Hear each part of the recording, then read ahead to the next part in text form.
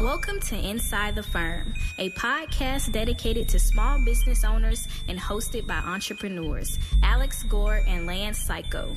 Each week, they take you on their journey of how to start, run, and grow a business by bringing you inside their architecture and real estate development firm. Get a behind-the-scenes tour of how these business leaders manage their clients and foster company culture while creating new and innovative projects. And now your hosts, Alex Gore and Lance Cayko. Alex Gore, thanks for taking me out shooting and introducing me to Revit this morning. I had a great time, and I doubt I'll ever have an interview like today's again. I'd like to know what your thoughts are for hiring me on. So that was an email from someone. Basically, we talked about it last week. Exactly, and that's why I'm reading it this week. And I have something to add to this, why I read it, because this is it's sort of a we'll get there, but yeah. So we did an interview, then came in for a day. He learned Revit. Then we all went shooting, had a great time, and then we hired him. So he's in there working right now. He's in there working. We're super excited about it. I didn't even think we were in a position to hire, but then all of a sudden, like we have been getting a ton of inquiries. We're not complaining about the economy. It's an awesome problem to have. Things are going great. But the reason why I bring that up is because what was super impressive about this young man emailing, who we've now hired, and emailing back like that was, we didn't get back from going out and doing our activity with him like it was like a social interview is what Alex was calling it. And it was great. I thought it was such a good way to get to know people. Literally brilliant. So we got back into town at 6 p.m. This guy sent an email at 7 p.m. So right when he got home, he was so enthused about the whole thing. He sent an email. So for all of you young people or anybody who's thinking about prospecting and looking for a new job, this is what people like Alex and I value. This is what, like, ass kickers. I'm serious. People that go out there and grab the world by the area. By the what? By the area. Look at you. By the balls. Okay, there. Well, this is also that's what's funny is Nick's reading today is called "Do You Have the Balls?" So we'll see. But anyway, people like that who just go out there and get after it. This is what we're looking for. I need those kind of people and that kind of an attention to coming back and like enthusiasm, because I just know that they're pumped. We're pumped. Let's go out there and do it. Yep. And this goes back to Old Man River saying, which is my dad, Keith Gore. I don't know if he said it on our podcast, but he's told me. He goes, if you have someone that has the baseline intelligence and can think and can adapt, he goes, the number one characteristic of a successful employee will be attitude. Attitude wanting to do the job, attitude just being at the job, all of that. He's like, we can because he worked for IBM, so they obviously hired smart people. They're probably all baseline smarter than average, but attitude was the difference. Yeah. So speaking of that, here's what I really liked about this kind of summed it up for me was one of the things he said is he goes he'd like to help with all these things, and then I work best with a diversity of different tasks. Perfect. Like you could not be a better candidate then, because that is what F9 is a diversity of tasks and a diversity of projects. Yep. And juggling a million things, and then coupled with be attentive to our clients and everybody involved. Yep. So, awesome. We're excited. Very cool. I think, so best practice moving forward, I love this idea of new hires. You come in for a traditional interview. Might interview a couple, and then maybe one or two are selected and like, okay, now let's do a social interview. It was awesome. Maybe we just go have beers. Maybe we go for a hike. I don't know, something like that, but totally cool. Totally. Yep. If we could. I mean, obviously, because we do, two big things, right? We do the winter party, and then we do like a summer get-together. So maybe, there was a coincidence here and there and everything, but still, it's awesome. Yeah, great. So you have huge news, gigantic news about the development. I have shitty news. So I ordered the porta potties, which is really exciting because I've got everything scheduled. So the surveyor's coming out. Then right after the surveyor has everything laid out, because he's going to chalk up and put up our batter boards and everything, and then we're going to see like, okay, here's where the footprints are. Here's where the water's coming in. Here's where the electrical's coming. He's going to locate everything, staking the site. Then I got the porta potty guys. We're going to here you come, and then I also got the roll off guys coming too. So they're ready for the roll offs. Interesting fact: when you order porta potties, you have to know what your peak what is going to be the peak people on site because they need to account for that. Interesting. For various reasons. If I was a surveyor, I know we aren't in charge and everything costs money.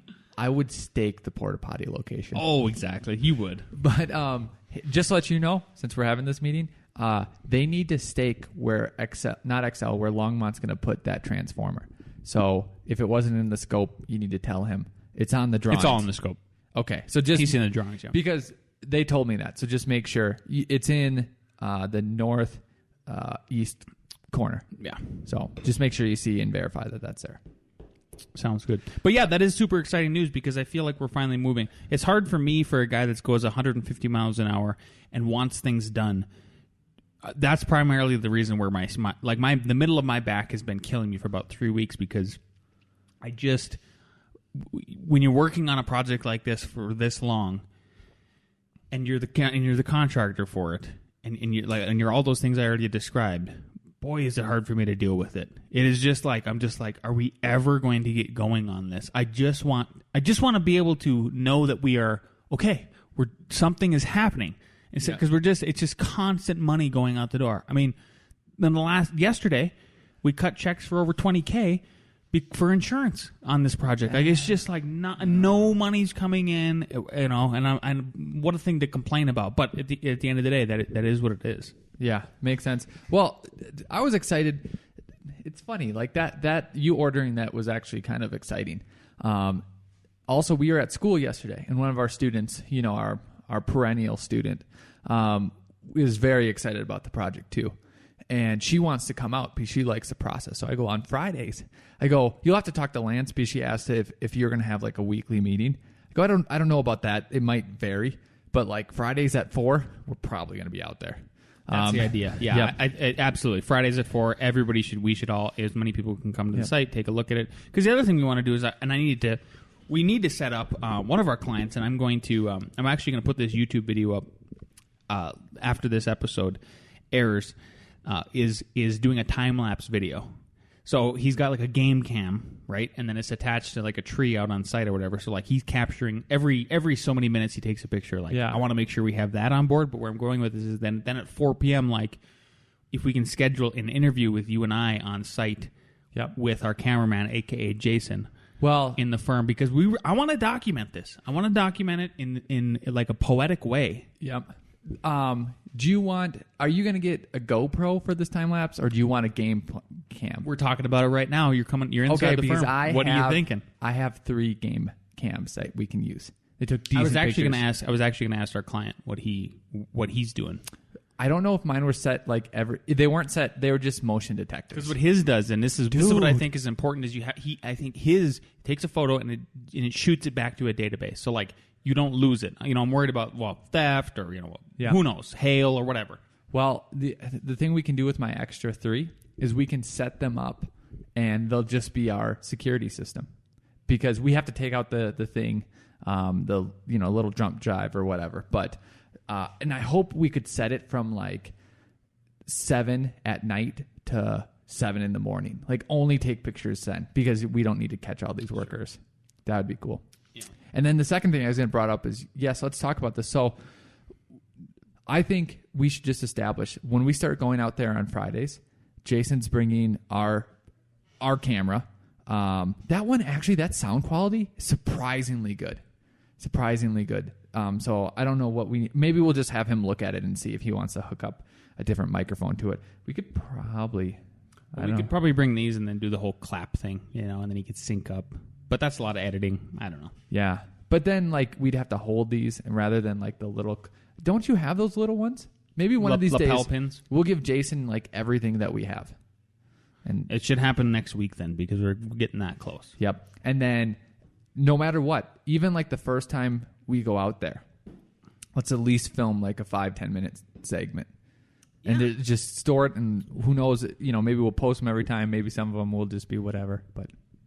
Yeah, I want to post produce thing, and then it's like a little documentary, and then that'll be part of my grand scheme to be Jonathan Segal 2, in that we're architect as developer 2, and then we do lectures and stuff like that. Like we teach how this works and tell our story, because there's tricks. I guarantee there's tricks and stuff that we've done that he hasn't done.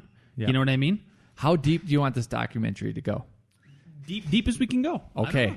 So Jason's coming to my house and he's filming me wake up at 5 a.m. Wow. Because we need that contrast. We need that artisticness. Yeah. We need me rolling out. Stubbing your toe. Stubbing it, yeah. All right. Putting game cams in my house. I love it. We're doing all that. All right. Next level. Yeah. So is that what the video That was video update. Yeah. Yeah, exactly. No, I want to do it. I think it'd be great. Yeah. Maybe we can add stuff along the way. That'll be fun. Yeah. I'm looking forward to it. I just want to start building already. I'm tired of not. Yep. Speaking of another development, doing another development in Longmont. Already talked to the city about it, but we changed schemes on them, right? And we changed it to where instead of having 2 massively major problems, we have 5 minor problems. So we exchanged 2 massive problems for 5 minor problems.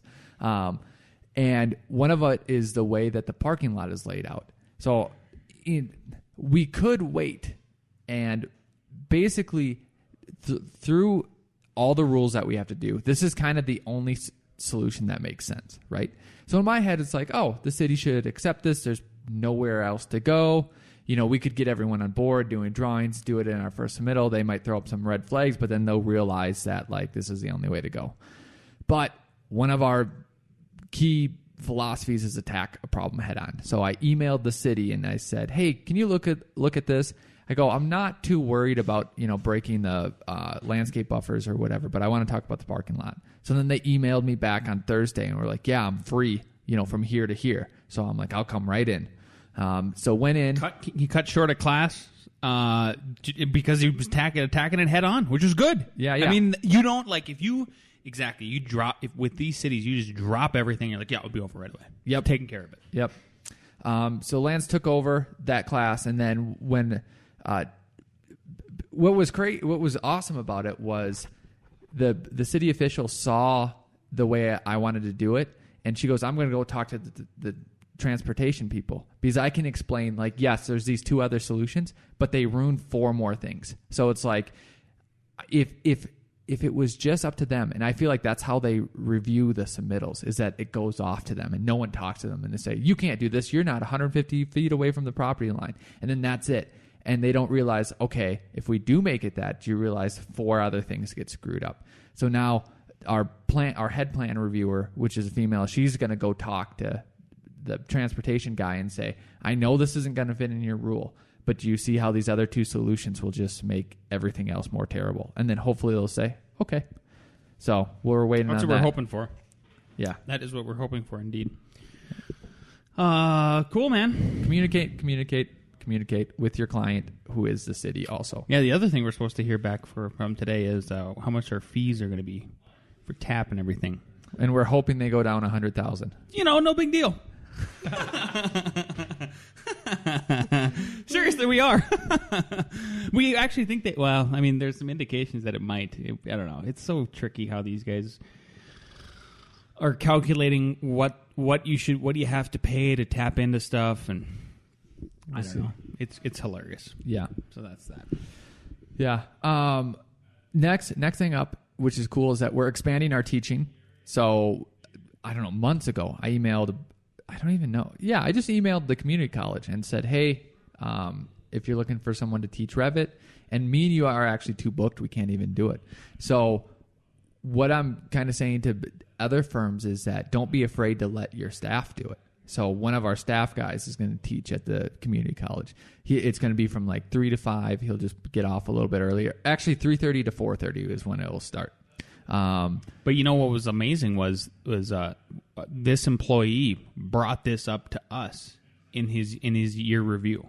Yeah, about a month ago, which I don't think we talked about and so that was surprising to me. But I was so impressed and relieved by that because at the end of the day, the idea is that if everybody can mimic how Alex and I have done this in the firm, where we have diversified streams of income coming in.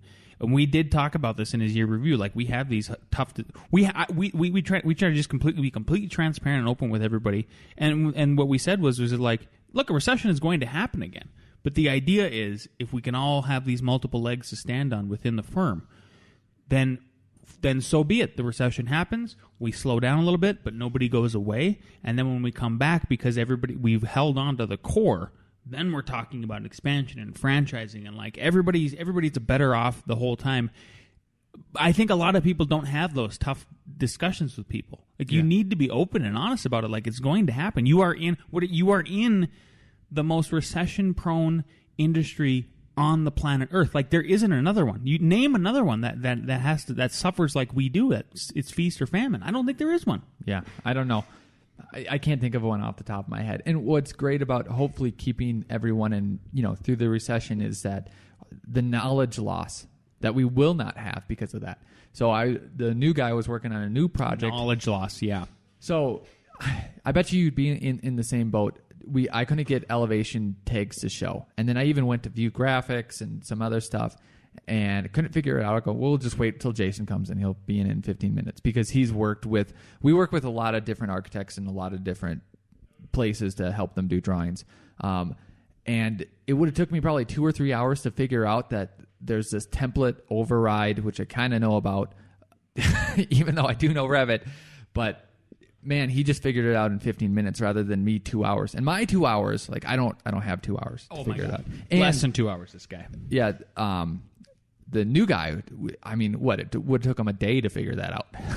So the loss of knowledge, the loss of nuanced knowledge, I think is the way to think about it. Yeah, absolutely. Because even some of us, some of our employees, like we'll get these builder projects. So we'll do like 5 different variations of homes and stuff. And there's one that I've done with Jackson. Man, I would hate to lose Jackson because he knows all the nuances about the design options and everything. Sort of reteach that sort of stuff.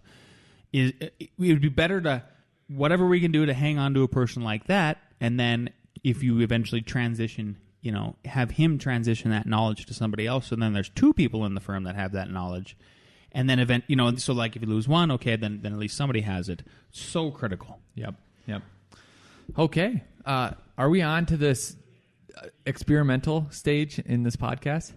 Yeah, sure. Yeah. So that I handed over the reins of Nick Reeds to Nick. Big responsibility. And he's a joker. So I said, I'm no longer sending you what to read. You are coming up on it all by yourself because he reads a whole bunch of stuff. So we are pressing play, not having sent him what to read and not listening to what he actually sent us. So here we go. Alexa, play Nick Reads. Hello, best friends. I hope you all had a great week this week. Daddy's got the ball. A reading. Before there was a house, there was a place. Raw, untouched swaths, straddling a foundation, tens of millions of years in the making. Beckoning with promise, shaped by seasons, witness to weather. Looming peaks and rolling valleys, brimming with life force. Amidst these fertile landscapes, a seed is sown, placed together with a pioneering verve, one beam at a time, stone next to stone, one brick shouldered against the next. A roof and 4 walls emerged, along with the architecture. From utilitarian function to structural works of art, a continuum of a process that knows no limit. William Hortzberg, in his book, The Work of Art, focusing on the work of JLF, Design Build. A question. White or black? Toodles. I'm going to go in reverse order. Black. I hope you're sending me a shirt. So that's that. And then the takeaway that I got in the beginning, what I liked is sometimes it's hard to explain what architects do. And sometimes the quote-unquote wishy-washy stuff might be the hardest stuff. Because they do understand concrete foundations. They understand that. And that's why they pay contractors a lot. They don't pay drawings. a lot, or they don't think of them as a lot because they just think of them as lines. But we know when we try to convey that we're actually constructing the whole building for you beforehand. But the thought that your first foundation is actually the earth, and that influences everything. And you have to think about that as literal structure, which is forcing, in hopefully good ways if you're a good designer, what your building can actually become. I think people make the mistake of describing what an architect does, combining it from two ways to one, because there's two different things that happens, right?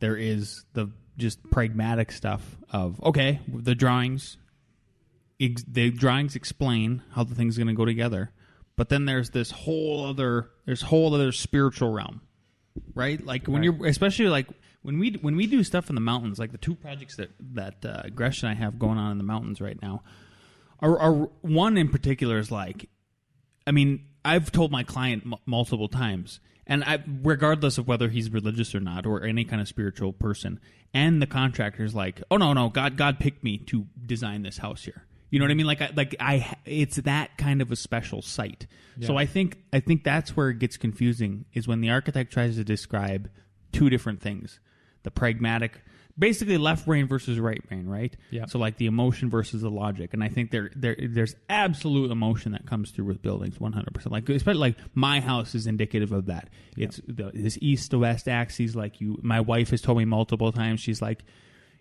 our house forces you to like face the world. Like it's, you have to face the world. And she's like, and she goes, what's great is our master bedroom is designed such that that's our place where we don't have to face the world, because it's like the views are, the views are cool, but like we usually have the blinds closed. It's away from everything, has the least amount of windows. Yep. You kind of have to walk. It's at the end of the hallway. The end of the hallway, that sort of thing. Yep. So yeah, that's the way. But when we have what's funny is like when we have a city environment, we're like, how about our project? There's not this spiritual. I mean, we're still trying to do some of these things, and there are some really cool features and everything. But man, when I get those mountain sites, when I get those rural sites, even my house has that, right? Because it's out of the city or something. There's some kind of like that connection to nature. I think it's hard to explain. Yeah. It's really hard to explain because you have to experience it. You have to experience it, like I just described with my house, or like the house in the mountain or anything like that. It's like trying to explain the inexplicable. And the flip side of the same coin. So that's hard to explain, and then it's hard to explain that drawings are a real thing. And I think that's why models are so popular. And we kind of wrote them off in college because we knew what it was going to look like. Because we were designing it, and we were doing it in 3D in the computer programs. But there's that switch with the client that once they see it physically there, even though everything else they might have seen it in 3D views, it's totally different. So I think after we get our space, our first big buy, should be a legit, really fine 3D model maker. 100%. Meaning like you can barely see the lines, and make them, models that are 18 inches by 18 inches, and maybe sometimes smaller so that they can keep them. Maybe we keep them, maybe they keep them, but then it becomes that advertising in their house before it's getting built, something that they can take with them. What we talked about is how do we design the whole system at the new office to be a sales pitch at the same time? Like, yeah, sure, go to the other firm's office in town. You're not going to be, it starts from the beginning, like right when you see our building. Oh, these guys are different. Oh, these guys care about the details. Oh, they care about the essence. They care about everything. Then they come into the space and they see proof of concept, like you're talking about. And then I hate building models by hand. So but I really do want. I think there's something to it. Like if we give them 3 options of a house at the schematic design level, okay, here's just like the basic form of it and everything, and give it to them. I know we're talking to people right now who are listening, like, oh yeah, I still build models. Well, we don't, but this is what kind of where we're sort of like circling back again on like tradition versus new technology. But how cool would it be? Because our conference room is on the second level. Is when you walk in, there's kind of a not a hallway, but an open space. And if you had this 3D printer, and if you had big, just pure white, to answer Nick's exactly, you models, nailed it. You're crushing it. Yep. And then they're walking up and they're like, "What was that?" And like, I want that. I want that. Exactly. I think it gives. I hope that's the idea. Is it gives them like, no, I want that. Especially if it has some topo. It's just this 3D mass. Oh, I think we could make cool stands too. Really cool stands. Yeah, and I'm either like a lot of times you put them in glass, right? I was thinking something skinny, but then I was also thinking like legit, like awesome, maybe sanded down, like what's it? Heavy timber, like 10 by 10 logs that they sit on. That just look, you polish them, they just look awesome. What's so cool is, so Alex is talking about this, I'm getting all excited about it, but like our guys are also getting so excited about this space, and they should be. Number one, we're like crammed in here like sardines now, especially with the new hire. We didn't even. Lance doesn't even have a desk. I don't have a desk anymore. Look at this sacrifice I'm making for the firm. Yeah. I'm literally at the conference table now, but it's working out fine because like Alex and I talked about privately that now publicly that well, you're going to be on site more. It's like, yeah, that's fine. I can be in mobile office and everything. And when he's having a conference, he's in the room, and when I have a conference, he just takes my desk. So, but the guys are getting so excited about it because a couple of them, like Josh, he was like, yeah, we want to make furniture. He's like, we should start a furniture side of the firm up. If we could, yeah. If we're not building tiny houses, maybe we built a tiny house. It's out the door. Okay, now onto the furniture orders and stuff like that. And there's other kind of things I want to manufacture in there. But like this space that we have designed, just our own little maker shop I'm so pumped about it. It's just more tentacles we're going to put out. We're going to be one of the coolest firms in Colorado, I think. Just because we've enabled ourselves that other opportunity to like, okay, we're building another platform here. All these different kinds of platforms. Yep. So, again, see, I just like if we could have this built already. That would be great. You have 8 months to build it. I have 8 months. That's what Al says. Yep. Okay, let's bring in the guys. Let's have some more fun. Have some A.R.E. Jeopardy and trick them up.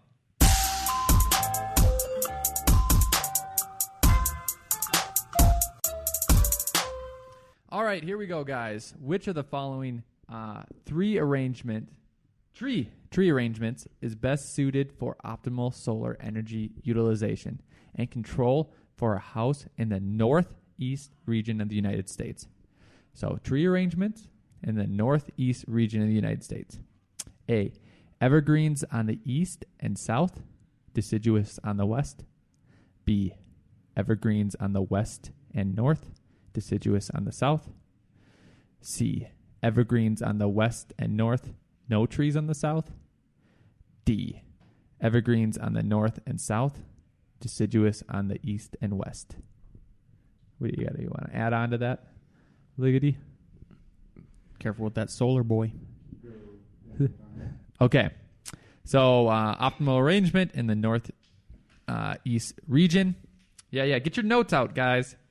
A, evergreens on the east and south, deciduous on the west.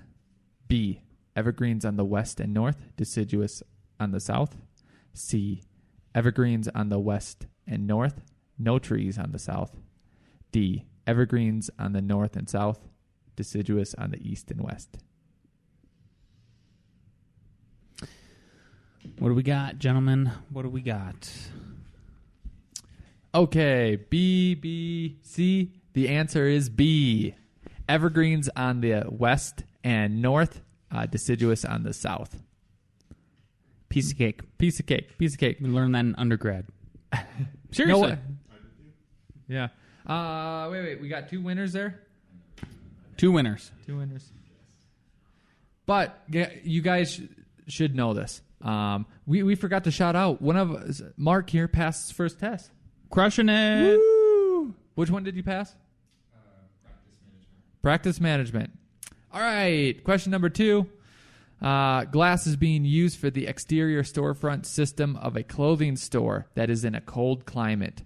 The climate has requested that the glass be neutral in color and as transparent as possible to allow maximum visibility into the store. What type of glass should the architect specify for the storefront system? A, single pane, gray glass with low E coating. B, double pane, insulated glass unit with clear glass and a ceramic frit pattern. Want me to read that again? Or we'll go through them all again. C, double pane, insulated glass unit with clear glass. D, double pane, insulated glass unit with low iron clear glass and low E coating. A, B, C, D, E. Okay, in the north, it's a store. They want it as transparent as possible to allow maximum visibility, right? But it's also cold climate. So A, single pane, gray glass with low E coating. B, double pane, insulated glass unit with clear glass and a ceramic frit pattern. C, double pane, insulated glass unit with clear coat. D, double pane, insulated glass unit with low iron clear glass and low E coating. What is the answer? My friend. C, B, D. The answer is D. We are all tied up. We're all tied up? So that was a double pane, insulated glass unit, which is pretty much standard. And low E coating is pretty much standard. The low iron clear glass, that's more probably, that's more nuanced, but something. Low E is low emittance, right? Yes. But wouldn't you want like sunlight coming in the north? Isn't that something you would want? So you wouldn't want low E coating? If you're so in the north in a cold climate, think Fargo. Yeah, wouldn't you want that? No. Why? You still want low E. Yep. Yeah, north climate. Well, would you say because it's because it's a store, you don't want it fading the clothes? I guess I wouldn't go there. That's what. So the thing that made I didn't look at the answer right away, and I was picking D, and the low E is what. So the difference between here's what set me off was like the answer C was double pane insulating glass IGU with clear glass, but they didn't give any coatings on the glass. And so then they went to a low E coating and like, oh, okay, well then, especially since we're in cold, energy first. It's kind of like safety first. So that's why I picked it. Okay. If that makes sense. Yeah, I agree with you, and I still say that because answer, it cuts down on the visibility that can come through with the low E coating. Is that what you're saying? No, because it allows sunlight in. That's heat transfer. You want it like no, but it's good if you're in some warm climate too, because then it's not letting as much radiation in. It's not letting in the radiation, yeah, right? so Exactly. You would want to reduce, or you would want more radiation coming in the north, right? Actually, so the way I understand low E is that it allows it makes it so it doesn't overheat, right? So it keeps out the radiation. Yeah. But in a north climate, wouldn't that be to your advantage? That's what, except in the Low summer. iron clear glass and the low E coating. Yeah. Curious. It lets the sun in, yeah, because low E lets the light in, but keeps out the radiation. Yeah. Okay, so I'll just read the definition here from Wikipedia.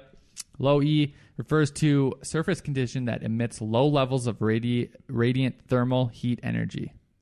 All materials absorb, reflect, and emit radiant energy according to this law. But here the primary concern in a special wavelength interval of radiant energy, namely thermal radiation of materials. It's in common use, especially building applications, the temperature range of approximately negative 40 to plus 40 degrees Celsius is the focus. But in aerospace and industrial engineering process, much broader ranges of practical concern. So they're saying like it's applicable in negative 40 to plus 80, which is basically almost everything besides this. Which is basically almost everything. Besides if you're in like Phoenix. Yeah. But then... No, it reflects it back out. I feel like you want well, yeah, it's when it passes through, like it cancels out the bad waves, basically. That's the way I understand it.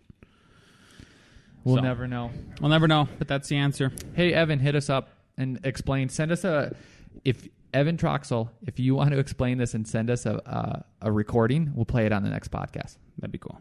Or anybody, yeah. Okay. Or, yeah, anyone. Number 3. Because what if Evan doesn't listen? Okay, number 3. He does. Oh, he does. Number 3. What is a vertical support for a handrail known as? A, picket, B, baluster, C, upright buoy, D, handrail post. What is a vertical support for a handrail known as? Everybody got their answers? Okay, we have B, and B. The correct answer is B. That was a layup. Oh, look at that. So Are we still We're tied? still I got a tiebreaker. The tiebreaker is a good one, too. I think it would. Okay. Number 4. What is a small hole near the bottom of a retaining wall, usually backfilled with gravel, to allow water to drain to the outside of the wall, known as A, water hole, B, front hole, C, weep hole, D, drain hole, E, hole boy.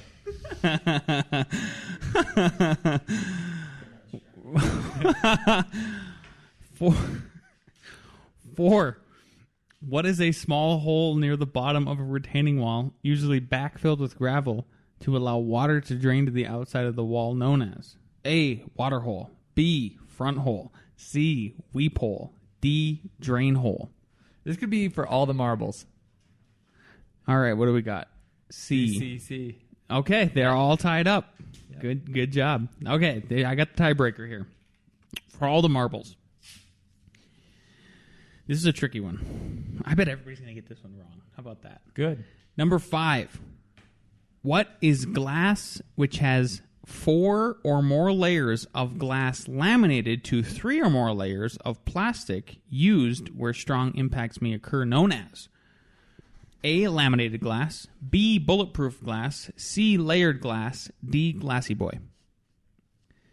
What is glass which has 4 or more layers of glass laminated to 3 or more layers of plastic used where strong impacts may occur, known as A, laminated glass, B, bulletproof glass, C, layered glass, D, glassy boy? Do do do do do do do.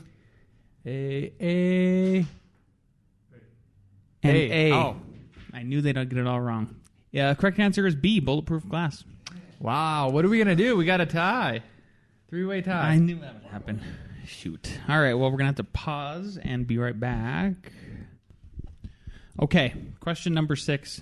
This is the tiebreaker for the tiebreaker. The ability... Uh-oh, did you see it? Damn it! Hold the back of it. It's too late. He already saw the answer. Read the next one. I'm just going to read it and then give him the answer? But they just got to guess the answer? Okay, we can do that. We can do that this way. This will be tough. Oh, man, this will be hard. Yeah, awesome. I love this one. Okay. He's going to read a definition. You have to write what the word is to the definition. So I have these little flashcards, and Gresh saw the answer. That's why we're doing this. And if you get it right, but you spell it wrong, the person that spells it right. This is the stakes. Wow. Okay. So I would automatically lose. So this will just be you just write the answer down, okay? A joint between 2 wood members in which a tenon, the projecting end of one piece, is fitted into a mortise and opening cut into another piece. What is that known as? Okay? A joint between 2 wood members in which a tenon, the projecting end of one piece, is fitted into a mortise and opening cut into another piece. What is this known as? Yep. Closest one wins the pie. Yeah. Al would get this wrong because he'd spell it wrong. Yeah. All right. Think about the official name. Are we ready? Lap joint. Dove too long. Tenon and mortise joint. Closest. Mortise and tennis joint. Jason wins. He technically wins, but just know that they never call it the reverse. So, but you got it. Yep. Yay! Jason wins. Jason wins. Awesome. All right, let me pause it. We'll be right back. All right, thanks everyone. Couple shout outs. One, if you want to learn Revit, if you're a student or if you're professional transitioning into it, go to revitrocketship.com. There you will get yourself learn from the best. And that's us. We take you through learning families, learning a cabin, producing an actual set at the end. It's gotten great reviews. Guaranteed, if you want your money back, you can get it, but that's very far and in between. So go do that. If you want our book, The Creativity Code, you can find that on Amazon. If you want my friend's book that just came out today, it's a comedy. It's Feral Chickens. His first book, Interiors and Exteriors, was hilarious. Feral Chickens. Yeah. Yeah, I have no idea what it's about, but it should be coming in the mail here, like right now. I just wish he would read them so that we could listen to him on audiobook. Like, come on. Get it together, he'd be Caleb. great for that. Yeah. He needs to do Seriously, I would honestly listen to him if he did it that way. I'm just not going to read. Everybody already knows. No, Lance he listens to things. that. I might boycott him until he does that. Yeah. It'd be awesome. Yeah. Okay. If he does it, I would continue to push the book on the podcast. Now we got something here. So there you go. Same as always. If you enjoyed this episode, if you enjoyed another episode, please, as we enter the school year this year with college, please, if you're a student or if you are a professor or a lecturer, recommend this podcast to your students and have them start at episode 0. And then if they love it, please leave us a 5-star review. We love you. We appreciate you. We will see you next week.